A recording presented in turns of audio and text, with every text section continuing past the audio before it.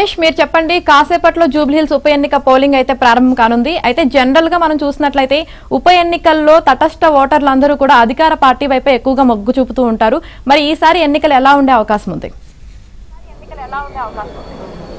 ప్రస్తుతం నేను ఎర్రగడ్డ డివిజన్ ఉన్నా. పోలింగ్ బూత్ 384, 83, 84, 386 ఈ 4 పోలింగ్ బూత్లకు సంబంధించిన ఎన్నిక కృష్ణవేణి టాలెంట్ స్కూల్ ఎర్రగడ్డలో ఉన్న ఈ డివిజన్లో ముస్లిం మైనార్టీలు చాలా ఎక్కువగా ఉంటారు. వాస్తవానికి ఎన్నికల సంఘం అన్ని ఏర్పాట్లు కూడా చేసింది. గత 3-4 రోజులుగా ఇక్కడ సంబంధించి ఎలక్షన్ సంబంధించి పూర్తి ఏర్పాట్లు చేసింది. జూబ్లీహిల్స్ నియోజకవర్గం ఇది బై ఎలక్షన్ కావడం, అదేవిధంగా అన్ని పార్టీలు కూడా చాలా ప్రతిష్టాత్మకంగా తీసుకున్నాయి ఈ ఎలక్షన్స్ని.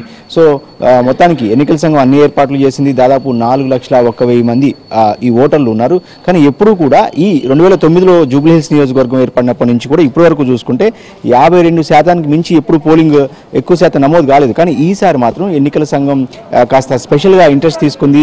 ఎక్కువ మంది ఓటర్లని పోలింగ్ బూత్కి రప్పించే ప్రయత్నాలు చేస్తుంది. వాస్తవానికి ఉప ఎన్నిక కావడంతో పెద్ద ఆసక్తి చూపరు. ఏదైతే జనరల్ ఎలక్షన్స్లో చూపించిన ఆసక్తి బై ఎలక్షన్లో అంత ఆసక్తి చూపించరు ఓటర్లు. కానీ ఈ ఎలక్షన్ మాత్రం అన్ని రాజకీయ పార్టీలు ప్రతిష్టాత్మకంగా తీసుకోవడం, ఎన్నికల సంఘం కూడా అందుకు తగినట్లు ఏర్పాట్లు చేసిన నేపథ్యంలో పూర్తి స్థాయిలో ఈసారి ఎన్నికల సంఘం కొంత ఏదైతే ఆశలు పెట్టుకుంది ఎక్కువ శాతం ఓటింగ్ నమోదయ్యే అవకాశం కూడా కనిపిస్తుంది. సో ప్రస్తుతం మనం పోలింగ్ బూత్ వద్ద పరిస్థితిని చూస్తున్నాం. ఇంకొక 15 నిమిషాల్లోనే పోలింగ్ ప్రారంభం కాబోతుంది. వాస్తవానికి ఇంకా దానికంటే ముందు మాక్ పోలింగ్ నిర్వహిస్తున్నారు. ప్రస్తుతం ఏదైతే ఈవీఎంలు సక్రమంగా పనిచేస్తున్నాయా లేదా, ఈవీఎంలు ఓటుల్లో ఏదైతే బటన్ నొక్కితే కరెక్ట్గా వెళ్తున్నాయా లేదా అనేది కూడా చెక్ చేసుకునే అవకాశం ఉంటుంది. కాబట్టి అన్ని రాజకీయ పార్టీలకు సంబంధించిన పోలింగ్ ఏజెంట్లు ప్రస్తుతం లోపల ఉన్నారు, పోలింగ్ సిబ్బంది ఉన్నారు. సిబ్బంది అదేవిధంగా రిటర్నింగ్ ఆఫీసర్ సమక్షంలో మాక్ పోలింగ్ నిర్వహిస్తున్నారు. అంటే ఉదాహరణకు ఏ బటన్ అయితే ప్రెస్ చేస్తారో ఆ సంబంధిత రాజకీయ పార్టీ అభ్యర్థికి ఓటు పడుతుందా లేదా అనేది కూడా ఒకసారి చెక్ చేసుకునే అవకాశం ఉంటుంది. సో ఈ నేపథ్యంలో ప్రస్తుతం మాక్ పోలింగ్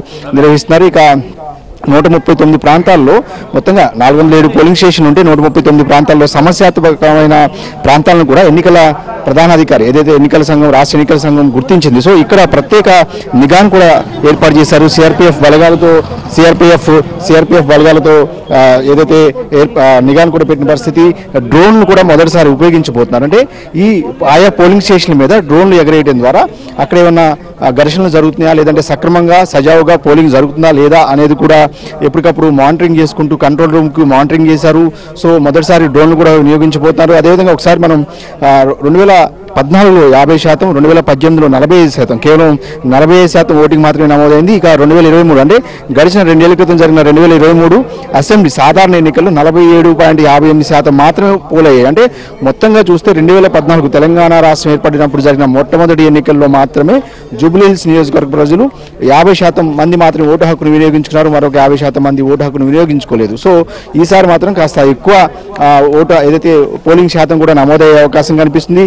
ఇక మొత్తంగా 2009లో జూబ్లీహిల్స్ నియోజకవర్గం ఏర్పాటైంది. మొదటిసారి జరిగిన ఎన్నికల్లో అప్పుడు డీలిమిటేషన్లో ఈ నియోజకవర్గం ఖైరతాబాద్ కింద ఉండేది. తర్వాత డీలిమిటేషన్ తర్వాత ఏర్పడిన మొట్టమొదటి ఎన్నికల్లో అప్పుడు కాంగ్రెస్ నుంచి పీజీఆర్ తనయుడు విష్ణువర్ధన్ రెడ్డి విజయం సాధించగా 2014లో తెలుగుదేశం పార్టీ అభ్యర్థి మాగంటి గోపీనాథ్ విజయం సాధించారు. ఆ తర్వాత 2018-23లో కూడా బీఆర్ఎస్ పార్టీ అభ్యర్థిగా మాగంటి గోపీనాథ్ విజయం సాధించారు. అంటే మాగంటి గోపీనాథ్ వరుసగా 3 సార్లు విజయం సాధించారు ఇక్కడ నుంచి. సో చూడొచ్చు మనం విజువల్స్లో ఒక ఓటర్కు పోలీసు వాళ్ళు చెప్పి అంటే ఈ బూత్ కాదు వేరే బూత్లో వెళ్ళి ఓటు హక్కు వినియోగించుకోవాలని చెప్పేసి చెప్తున్న పరిస్థితి.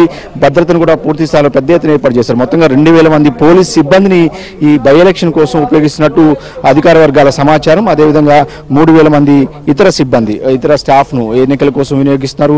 సో కాసేపట్లోనే పోలింగ్ ప్రారంభం కాబోతుంది. ఇప్పటికే ఎన్నికల సంఘం ప్రధానాధికారి నిన్న సుదర్శన్ రెడ్డి కూడా కొన్ని కమెంట్స్ చేశారు. ఈసారి ఖచ్చితంగా అన్ని ఏర్పాట్లు చాలా ప్రతిష్టాత్మకంగా చేశాము, ఎక్కడా కూడా గతంలో మాదిరిగా ఇబ్బందులు తలెత్తకుండా ఎట్టి పరిస్థితుల్లోనూ ఓటర్లు చాలా ప్రశాంత వాతావరణంలో ఓటు హక్కును వినియోగించుకునే దానికి కూడా అన్ని ఏర్పాట్లు చేసినట్టు ఎన్నికల సంఘం చెప్తుంది. ఇక కాసేపట్లో అంటే ఒక 10-12 నిమిషాల్లోనే 7 గంటల నుంచి పోలింగ్ ప్రారంభం కాబోతుంది. సాయంత్రం 6 గంటల వరకు కూడా పోలింగ్ అంటే ఓటు హక్కును వినియోగించుకునే అవకాశం ఉంది. కాబట్టి ఇప్పుడే కాబట్టి ప్రారంభంలో కాస్త ఓటర్లు ఆలస్యంగా కూడా పోలింగ్ బూత్లకు వచ్చే అవకాశం కనిపిస్తుంది. ఉదయం వేళలో అన్ని రాజకీయ పార్టీలు కూడా కాస్త ఇప్పటికే అయితే నరేష్ అన్ని పార్టీలు కూడా ఈసారి ఓటింగ్ శాతం పెంచుకోవడంపై గట్టి కసరత్తే చేశాయి కదా. లాస్ట్ టైం 2023లో 47.58% పోలింగ్ అయితే నమోదైంది. మరి ఈసారి అసలు ఎంత శాతం నమోదయ్యే అవకాశం ఉంది?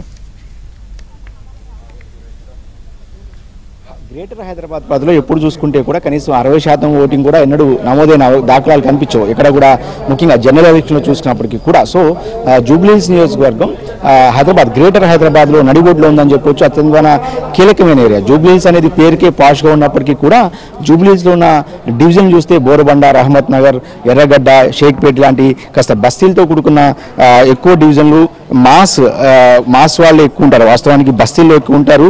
సో వాళ్ళే ఓటు హక్కును వినియోగించుకునే అవకాశం ఉంటుంది. అదేవిధంగా వెంగళరావు నగర్ లాంటి కాస్త విద్యార్థికులు ఉండే ప్రాంతాలు కూడా ఉన్నప్పుడే, శ్రీనగర్ కాలనీ, వెంగళరావు నగర్ లాంటి విద్యార్థికులు కూడా ఉండే ప్రాంతాలు ఉన్నాయి. సో ఈసారి మీరు చెప్పినట్టు పోయినసారి ఎన్నికల్లో 47.58% మాత్రమే అసెంబ్లీ ఏదైతే అది సాధారణ ఎన్నికల్లో నమోదైంది. కానీ ఈసారి రాజకీయ పార్టీలు చాలా సీరియస్గా తీసుకుని పోల్ మేనేజ్మెంట్ చేసినాయి. ఇక్కడ మనం ఒక విషయాన్ని మాట్లాడుకోవాల్సి ఉంటుంది. ఖచ్చితంగా పోల్ మేనేజ్మెంట్ను అటు అధికార కాంగ్రెస్ పార్టీ, బీఆర్ఎస్ పార్టీ చాలా రోజులుగా గడిచిన 3-4 రోజులుగా 4-5 రోజులుగా కూడా పోల్ మేనేజ్మెంట్ చేస్తున్నాయి. ఓటర్లను కలవటం, వాళ్ళందరినీ కూడా రకరకాల ప్రలోభాలకు గురి చేయడం, అదేవిధంగా ఖచ్చితంగా వచ్చి ఓటు వేయాలి అనేది కూడా క్యాంపెయిన్ పెద్ద ఎత్తున చేశారు.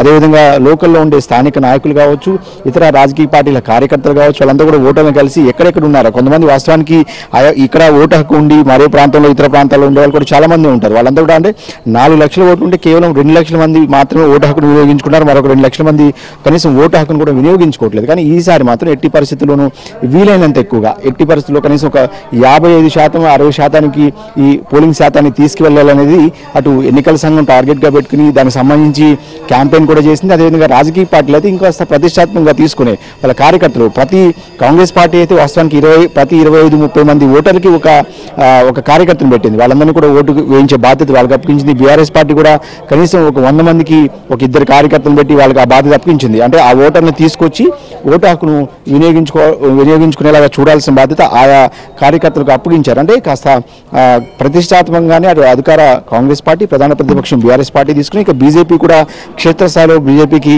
కాస్త క్షేత్రస్థాయిలో పట్టున్నది సహజంగానే. సో వాళ్ళు కూడా ఇప్పటికే ఈ పోల్ మేనేజ్మెంట్ మీద దృష్టి పెట్టిన నేపథ్యంలో ఈసారి మాత్రం కనీసం 55% మించి ఏదైతే పోలింగ్ శాతం నమోదైందన్న ఒక అంచనాలు అయితే ప్రస్తుతం ఉన్నాయి. ఇక చూడాలి ఏమైందో. సాయంత్రం వరకు 6 గంటల వరకు ఓటు హక్కును వినియోగించిన అవకాశం ఉంది. కాబట్టి ఇక సాయంత్రం 6 గంటల తర్వాత కూడా క్యూ లైన్లో ఎవరైతే ఉంటారో, వాస్తవానికి క్యూ లైన్లో ఉండే వాళ్ళందరూ కూడా ఓటు హక్కును వినియోగించుకునేలాగా వాళ్ళకి అవకాశం కల్పించబోతున్నారు. ఇక కాసేపట్లోనే, అంటే మరొక 8-9 నిమిషాల్లోనే మొదటి 7 గంటలకు పోలింగ్ ప్రారంభం అవుతున్న నేపథ్యంలో ఇప్పటివరకైతే మాక్ పోలింగ్ ప్రస్తుతం నిర్వహిస్తారు. 7 గంటలకైతే పోలింగ్ ప్రారంభం కాబోతుంది. Right, thank you Naresh.